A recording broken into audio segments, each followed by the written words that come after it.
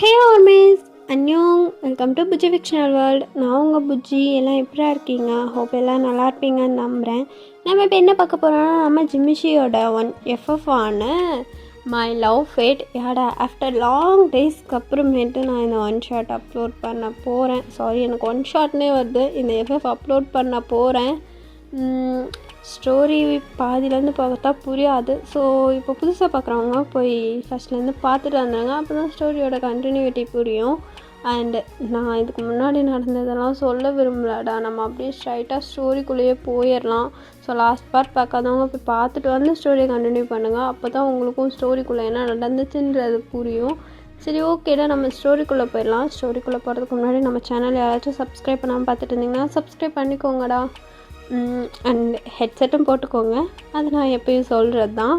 சரி, ஓகே, வாங்க ஸ்டோரிக்குள்ளே போகலாம். எனக்கு ஸ்டார்டிங்கே நிறையா இதாகுது. உள்ளே போய் என்ன கொலாப் பண்ண போகிறேன்னு தெரில. ஏதாவது கொலாப் பண்ணியிருந்தேன்னா மன்னிச்சு.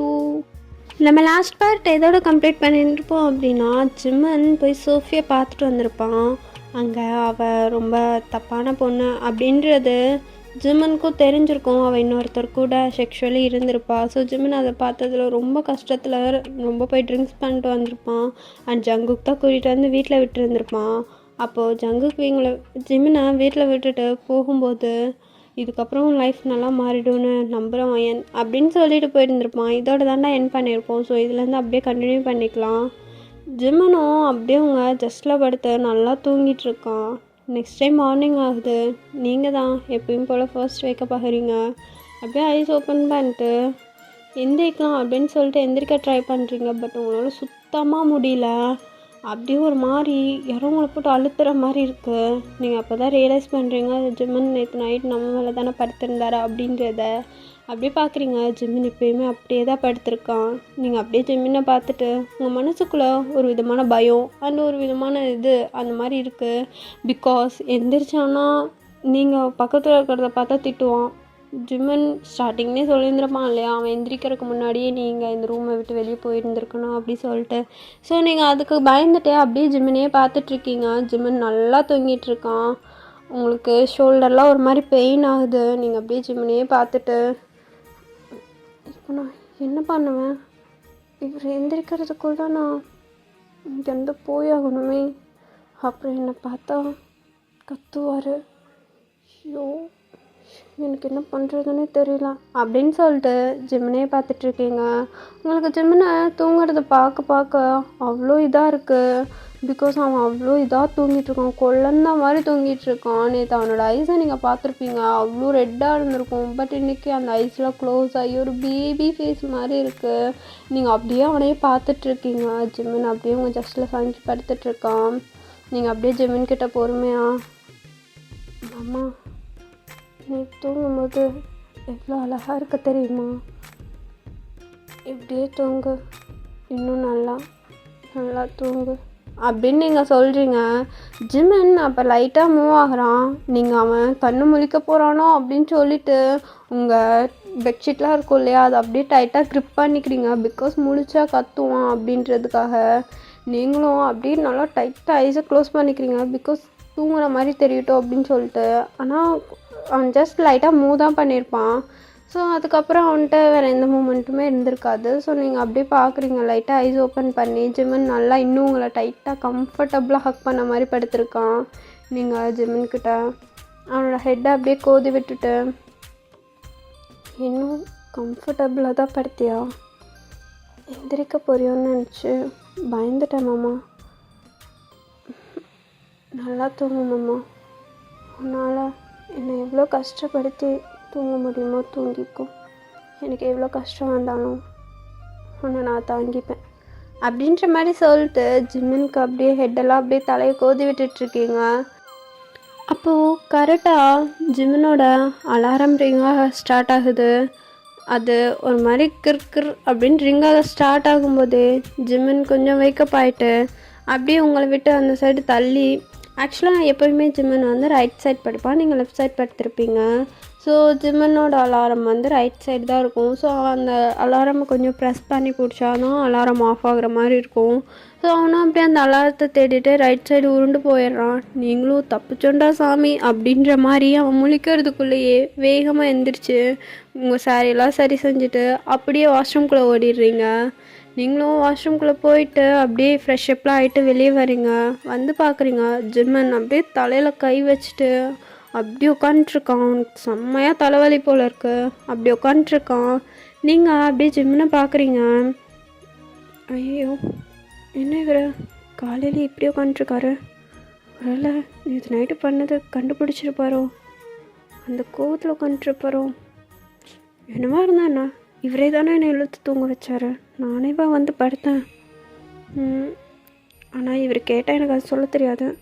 சரி ஓகே, நம்ம அப்படியே அமைதியாக இங்கேருந்து எஸ் ஆயிரும் அப்படின்னு சொல்லிட்டு அப்படியே போகிறீங்க. ஜிம்மன் சரணா ஏய் அப்படின்னு சொல்லிட்டு உங்களை கூப்பிட்றான். நீங்கள் அப்படியே நின்றுட்டு திரும்பி பார்க்குறீங்க. திரும்பினா ஜிம்மனை ஃபோக்கஸ் பண்ணல, நீங்கள் ஜிம்மனை பார்த்த மாதிரி திரும்பி நின்றுருக்கீங்க. உங்கள் ஹெட்டு தலை கீழே குனிஞ்சிருக்கு, உங்கள் கண் தரையை பார்த்துட்ருக்கு. ஜிம்மன் எனக்கு தலை செம்மையாக வலிக்குது, ஒரு காஃபி போட்டு கொண்டு வா அப்படின்ற மாதிரி சொல்கிறான். நீங்களும் சரி அப்படின்ற மாதிரி ஹெட்டை மட்டும் நோட் பண்ணுறீங்க, அதை கூட வாயை திறந்து சொல்ல. அப்படியே திரும்பி இன்னும் கொஞ்சம் போகிறீங்க. ஜிம்மன் அப்புறம் அப்படின்னு இன்னொன்று என்னமோ சொல்ல வரான். நீங்கள் அப்படின்னு நின்றுட்டு நீங்கள் குடித்தது நேற்று வெளியே போயிட்டு வந்தது எதையும் அத்தைக்கிட்ட சொல்ல மாட்டேன் அப்படின்னு மட்டும் சொல்லிவிட்டு அங்கேருந்து போயிடுறீங்க. ஜிம்மன் அப்படி நீங்கள் சொல்லிட்டு போனதுமே ஒரு மாதிரி அவன் ஃபேஸில் ஒரு குட்டி ஸ்மைலு. ஒரு செகண்ட் நான் அந்த ஸ்மைலை பார்த்த உடனே கண்டுபிடிக்க முடியாது, அவன் சிரித்தான் அப்படின்றதெல்லாம் கண்டுபிடிக்கவே முடியாது. அந்த மாதிரி ஒரு ஸ்மைலு. அப்படி சிரிச்சிட்டு அவனுக்குள்ள ஒரு தாட்டு, நம்ம வாயெடுத்து சொல்கிறதுக்கு முன்னாடியே இவன் நம்ம என்ன சொல்ல வரோன்றதை கண்டுபிடிச்சிட்டா அப்படின்ற மாதிரி. அப்போ அது ஒரு செகண்ட் தான். அதுக்கப்புறம் சடனாக ஜிம்மனுக்கு ஒரு கால் வருது. ஜிம்மனும் யார் அப்படின்ற மாதிரி திரும்பி பார்க்குறான் மொபைலை. அதில் மை லவ்னு சேவ் ஆகிருக்கு. ஜிம்மனை அந்த நம்பரை பார்த்துட்டு சரி காண்டாயிடுறான். எடுத்து ஜிம்மன் பேசல காதில் அப்படியே வைக்கிறான். அட்டன் பண்ணி ஆப்போசிட்டில் இருக்க பர்சன் வேற யாரும் இல்லடா, நம்ம சோஃபி தான். அவள் தான் ஹாய் பேபி, என்ன கால் பண்ணுறதே இல்லை, வர ரொம்ப பிஸி ஆகிட்டியோ. அப்புறம் டார்லிங் உனக்கு இப்போ ஹெல்த் எப்படி இருக்கு, நீ ஓகே தானே, ஒன் டே வேணா நான் உன்னை மீட் பண்ண வரட்டுமா அப்படின்னு சொல்லிட்டு அவள் கேட்குறா. ஜிம்மன் ஓப்பனா ஃபோனை வெடி அப்படின்னு சொல்லிட்டு ஒரு டீப் வாலில் திட்டிடுறான். ஜிம்மன் அப்படி ஃபோனையும் கட் பண்ணி பெட்டில் தூக்கி போட்டுடுறான். அந்த வேர்டு அவளுக்கு கேட்டதுமே அவ்வளோதான், ஈரக்குலையே நடுங்கி போயிடுச்சு. பிகாஸ் அந்த வாய்ஸ் அப்படி இருந்துச்சு.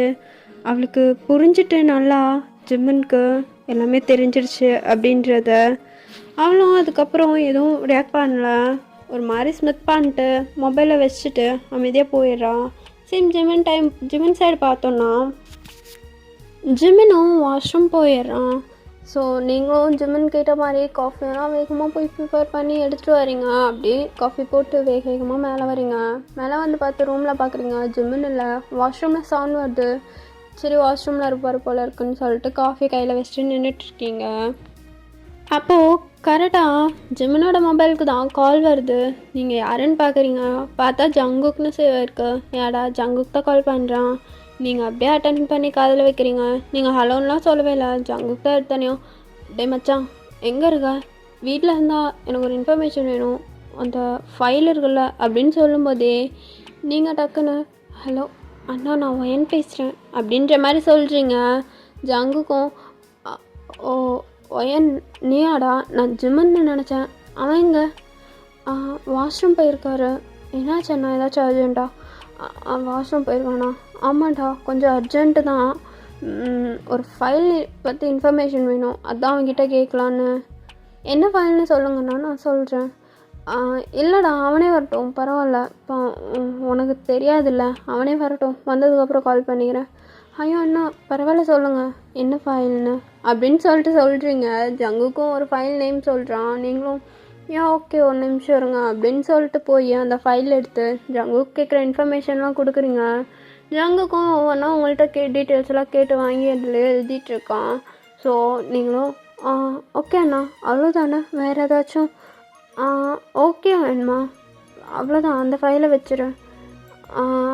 ஆனால் ஒயன் நீ கிராமத்துலேருந்து வந்த பொண்ணு தானே, உனக்கு இங்கிலீஷ்லாம் எப்படி தெரியும் அப்படின்னு சொல்லிட்டு ஜங்குக் கேட்குறான். நீங்கள் தான் ஒரே சிரிச்சுக்கிட்டே, ஏன் அண்ணா கிராமத்துலேருந்து வந்திருந்தா படிச்சிருக்க கூடாதா என்ன அப்படின்னு சொல்லிட்டு கேட்குறீங்க. ஜங்குக்கும் அப்படியெல்லாம் இல்லைடா, நான் சும்மா தான் கேட்டேன், ஜிம்முன்னு சொல்லியிருக்கான் உனக்கு படிப்பு இல்லைண்ணா, அதனால தான் கேட்டேன்.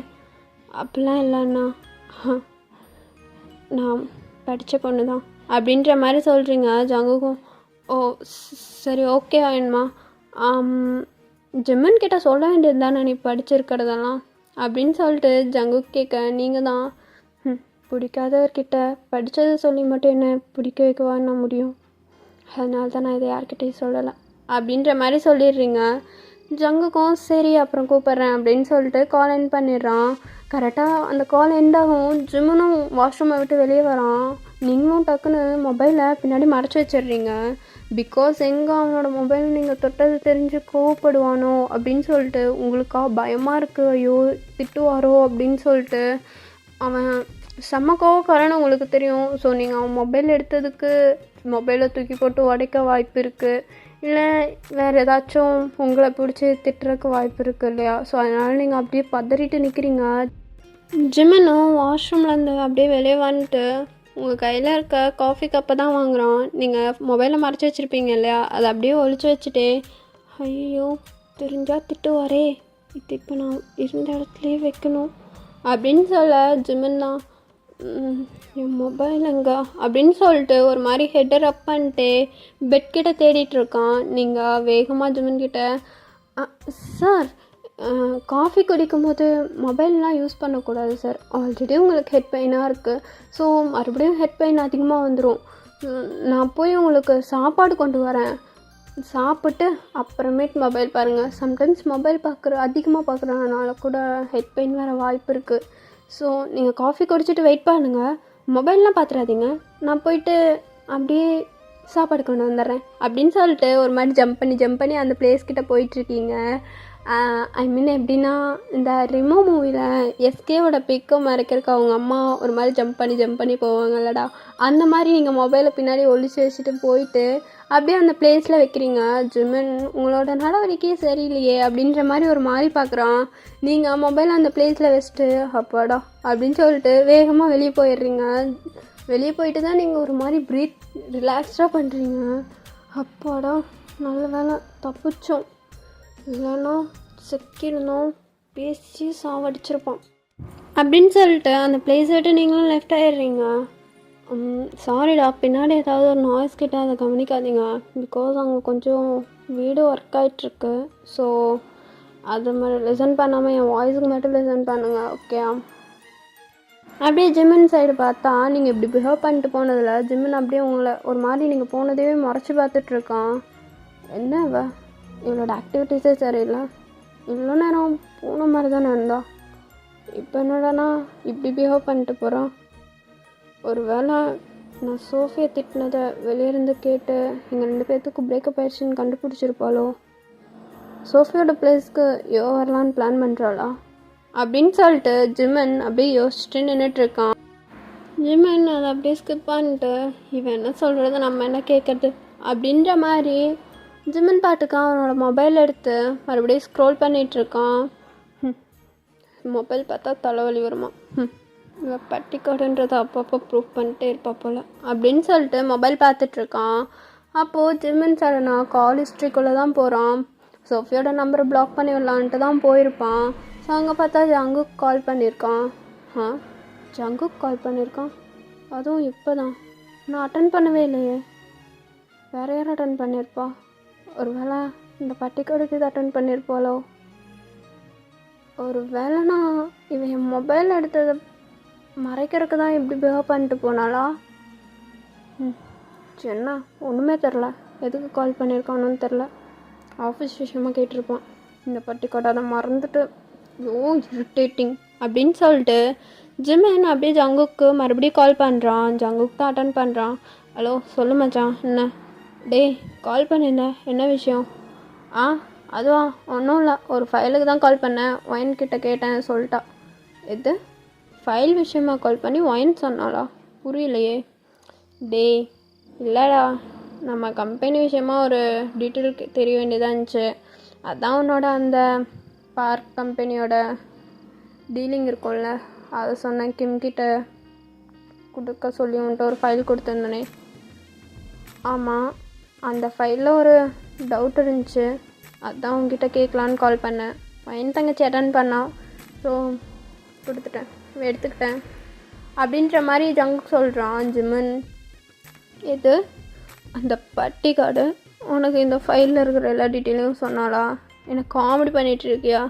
டே, அவளுக்கு ஏபிசிடியே முழுசாக தெரியாது, அவள் உனக்கு இந்த ஃபைலில் இருக்கிறத சொல்ல போகிறாளா அப்படின்ற மாதிரி ஜிமன் தான் ஜங்குக்கிட்ட கேட்குறான். ஜங்குக், நீ என்ன லூஸா மச்சான்? பொண்டாட்டி என்ன படிச்சிருக்கான்னு கூடயுமா தெரியாது? அவளுக்கு இங்கிலீஷ் தெரியாதுன்னு யார் சொன்னா? அவளுக்கு இங்கிலீஷ்லாம் தெரியுமே அப்படின்ற மாதிரி சொல்ல. என்னடா சொல்கிற? நீ எல்லாம் ஒரு புருஷன், பொண்டாட்டி படிச்சிருக்காளா இல்லையான்னு கூட தெரில, நீ எல்லாம் எப்படி அவ கூட குடும்பம் நடத்துகிற அப்படின்னு சொல்லிட்டு ஜங்குக் நீங்கள் சொன்ன மாதிரியே அவன்கிட்டையும் பட்டிக்காட்டில் இருந்தால் படிக்காமையாக இருந்திருப்பாங்க, நானும் அவளும் படித்த பொண்ணு தான் அப்படின்ற மாதிரி சொல்லிடுறான். ஓ அப்படின்னு சொல்லிட்டு ஜிம்முனுக்கே அப்போ தான் தெரியுது நீங்கள் படிச்சிருக்கீங்க அந்த விஷயம். ஸோ அப்படியே ஜிம்மனும் சரி வெய்யி அப்படின்னு சொல்லிட்டு காலை எண்ட் பண்ணிடுறான்.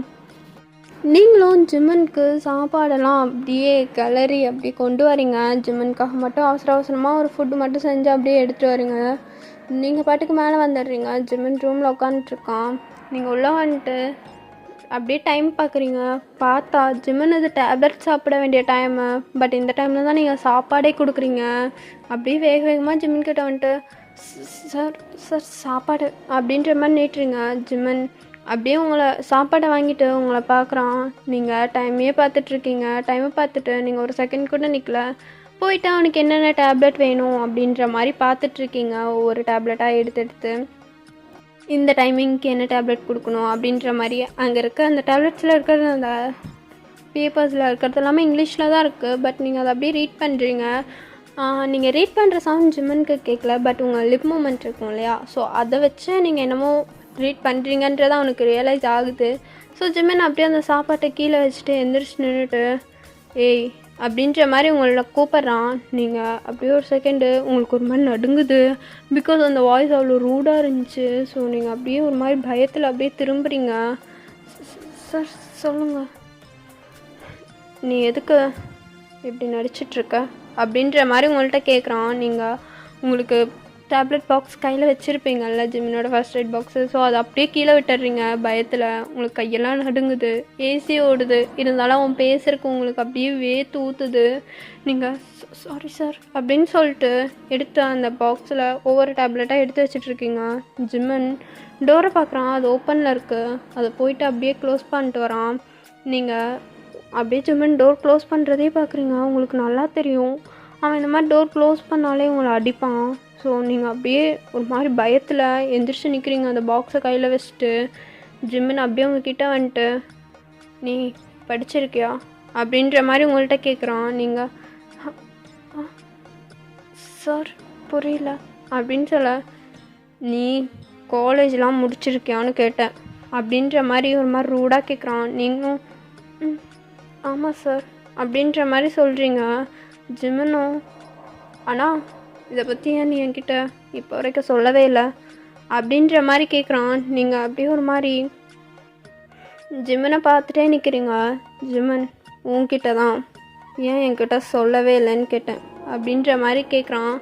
நீங்கள் அப்படியே இதுதான் கரெக்டான டைம் அப்படின்ற மாதிரி உங்களோட ஜிம்மனோட பாக்ஸ் கையில் வச்சுருப்பீங்க இல்லையா, அது உங்களோட இந்த டேபிள் மாதிரி ஒன்று இருக்குது, அதில் வச்சுட்டு ஒவ்வொரு டேப்லெட்டாக எடுத்துகிட்டு அப்படியே சொல்கிறீங்க. ஜிம்மனை பார்த்து சிரிச்சுட்டே ஒரு பெயின்ஃபுல்லான ஸ்மைல் அப்படியே ஸ்மைல் பண்ணிட்டே, ஆல்ரெடி நம்ம 2 பேர்த்துக்கும் மேரேஜ் ஆகி 3 months ஆகிடுச்சு சார், இன்னும் 3 months தான் இருக்குது, அதுக்குள்ள தான் நான் போயிடுவேன்.